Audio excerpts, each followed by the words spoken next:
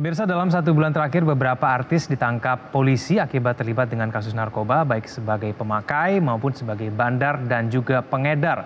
Mengapa mereka rentan bersinggungan dengan narkoba? Apakah karir menjadi salah satu penyebabnya?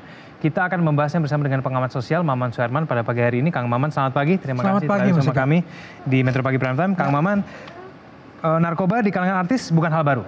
Ya. Sulitnya memberantas narkoba di kalangan artis itu apa sih? Bukan hal baru, tapi juga bukan hal yang identik. Ada 3,3 juta pengguna narkoba, penyalahguna narkoba di Indonesia. Ya. Ada 11.000 orang meninggal dunia karena narkoba setiap tahun. Artinya 30 sampai 33 orang meninggal setiap hari. Bisa di mana saja? Narkoba, bisa di mana saja. Saya tadi malam masih ngobrol dengan mantan-mantan pengguna narkoba. Ada yang selebriti, ada yang bukan selebriti, jawabannya sama. Di berbagai level tingkatan profesi dan sebagainya, jenis pekerjaan, ada tuntutan-tuntutan yang kadang-kadang mereka tidak sanggup hadapi dan tidak sanggup tanggung sendiri. Di kalangan artis misalnya, mereka kemudian menggunakan narkoba karena ingin kebebasan yang terlepas dari kungkungan bahwa dia harus selalu tampil perform, tampil dengan sangat hebat, harus terkenal, harus kaya raya, harus populer, harus berada di puncak terus. Ketika itu tidak bisa ditanggung, salah satu caranya adalah lari. Dengan cara yang singkat, dan salah satu lari dengan cara yang singkat adalah dengan menggunakan narkotika. Mereka berharap dua efek yang bisa didapatkan. Efek ilusif itu, tiba-tiba merasa jadi penyair, jadi sufi, jadi dekat dengan alam, pakai cimeng kata mereka, pakai ganja. Kalau mau dapat efek delusifnya, pakai ubas, pakai sabu. Jadi sesuatu yang tidak nyata seolah-olah nyata di depan mata. Cara-cara melarikan diri seperti itulah yang mereka lakukan. Tapi kalau di kalangan artis ini lebih mudah terkena narkoba nggak sih, Kang, kalau dibandingin kalangan lain? Ini kan mereka kan tuntutan penampilan misalnya, segala macam itu kan membuat mereka mungkin lebih mungkin tergoda. Benar Salah satu target pengedar narkoba adalah di mana uang itu banyak beredar juga kan. Karena harga narkotika itu nggak murah. Sabu itu ratusan ribu misalnya. Jadi targetnya jelas. Salah satu targetnya adalah orang-orang yang memiliki uang dan orang-orang yang punya popularitas. Pertama dikasih, disuruh coba-coba, begitu ketergantungan, kemudian mereka tidak cuma dijadikan pengguna, bahkan dijadikan rantai penyaluran. Seperti beberapa teman kita yang tadi terberitakan, tiba-tiba kemudian karena tidak sanggup lagi membeli, ya kamu bagian dari kami untuk membayar utang dan sebagainya. Tapi Kang, ini artis E, inisial E ini ngakunya karena dia sepi manggung. Jadi kan sebenarnya dengan kata lain dia nggak punya uang, tapi kok kenapa dia menggunakan narkoba? Salah satu tuntutan itu yang saya bilang, mereka tidak lagi menjadi dirinya sendiri, harus selalu ada di atas panggung, harus selalu jadi sorotan. Tuntutan seperti itu membuat mereka kemudian cari pelarian seperti itu. Nah, narkoba mereka pakai tujuannya untuk pelarian awalnya. Tapi yang kemudian terjadi akhirnya ketergantungan dan berutang. Ketika sudah berutang, mereka kadang-kadang membayar utangnya dengan menjadi bagian dari peredaran narkotika itu. Betul, ini kan sekarang ini E dan Z ini bukan hanya sebagai pemakai, kan? Mereka bahkan sekaligus pengedar. Betul, mereka betul-betul terlibat dalam jaringan. Nah itu kenapa? Alasannya juga sama? Sama. Alasan ekonomis diantaranya, kemudian alasan ketergantungan dan sudah tidak bisa lepas dari jaringan tersebut. Kalau kita sudah masuk di situ, ancaman untuk kalau kamu keluar kami akan ungkap, itu membuat mereka sangat takut. Apalagi mereka punya nama yang besar dan dikenal publik.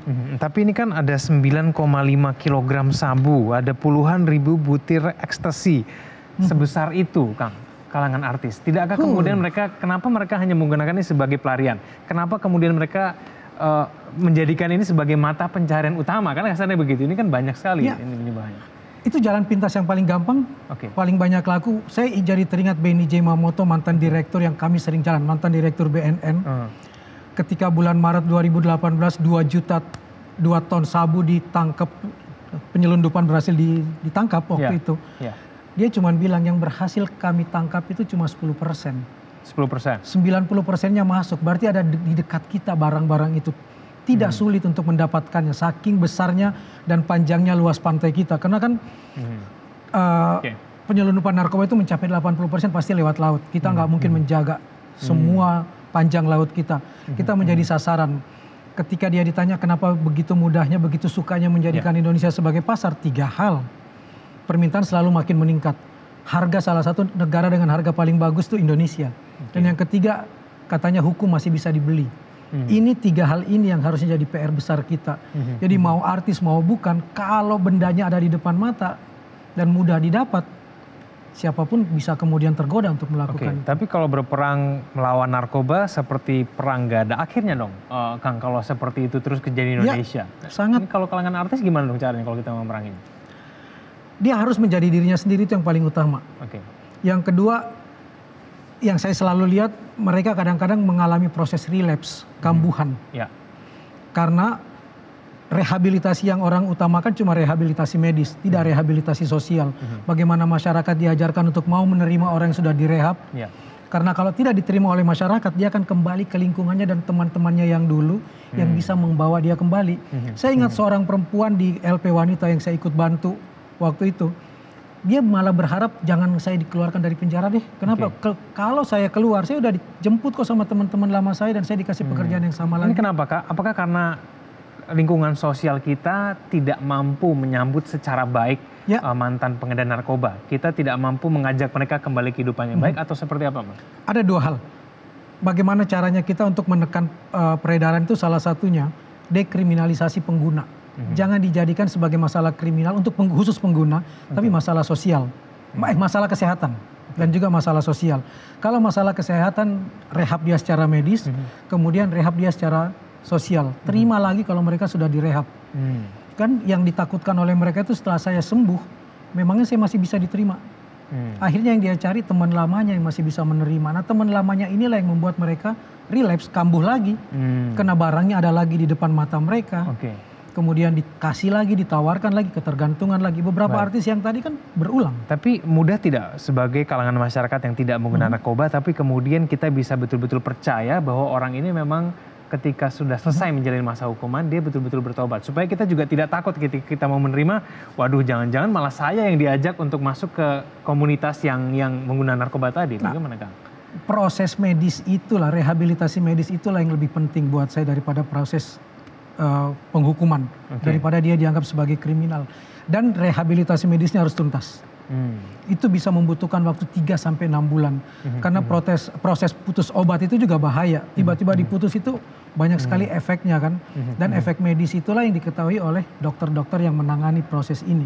Betul-betul sembuh, baru kita bisa terima dengan baik. Tapi Kang, probabilitas orang yang betul-betul sembuh ketika sudah terkena narkoba itu kalau dibandingkan dengan orang yang balik lagi itu sebetulnya banyakan mana sih, Kang? Persoalannya kemampuan kita melakukan rehabilitasi medis itu juga masih terbatas. Kalau tadi yang kita gagalkan hanya 10%, berarti yang masuk 90%, rehabilitasi medis Indonesia itu paling banyak 20-30 ribu pengguna setahun. Cuman 30 ribu, jadi yang sekian juta itu tetap menjadi pengguna narkoba. Sehingga kadang-kadang kita tercampur aduk antara yang sudah selesai rehabilitasi medis dengan yang belum. Dan kadang-kadang kita salah datang ke tempat-tempat yang bukan dengan tepat, bukan yang ditunjuk tentang rumah sakit ketergantungan obat, tempat rehabilitasi medis, BNN dan yang tempat-tempat yang sudah resmi, mereka datangnya bukan ke tempat-tempat tersebut, malah datang ke dukun dan sebagainya, lalu merasa dirinya udah sembuh padahal belum. Terakhir, Kang, khusus untuk artis, kalau ketika kita tahu bahwa lingkungan mereka memang banyak seperti itu, cara kemudian mereka bisa menolak narkoba itu seperti apa kalau tekanannya itu tinggi untuk mereka menggunakan itu? Kembali ke artisnya sendiri, berani nggak untuk kemudian melawan hal tersebut. Dan kemudian untuk tidak mau tunduk pada para pengedar narkotika di sekelilingnya. Mereka harus sama-sama lah. Saya tahu betul bahwa teman-teman kepolisian sudah punya daftar TO kok. Berulang-ulang kali kami mengingatkan kepada teman-teman, kamu itu udah masuk daftar TO loh, karena nggak mungkin kamu nggak ketahuan. Karena jaringan itu sangat luas dan polisi pun tahu hal seperti itu. Berhenti. Yang mereka takutkan cuma satu, kalau saya ngaku, saya akan diperlakukan sebagai kriminal atau sebagai orang yang sakit. Nah, itu yang kita harapkan. Tekanan kita adalah harus diakui ini masalah kesehatan, bukan masalah kriminal khusus untuk pengguna. Supaya mereka tidak takut untuk minta direhab. Kalau dia takut untuk minta direhab, mereka akan terus menjadi pengguna dan ketergantungan. Baik, Kang Maman, terima kasih telah hadir sama kami di Metro Pagi Pranata. Selamat pagi. Terima kasih, Mas.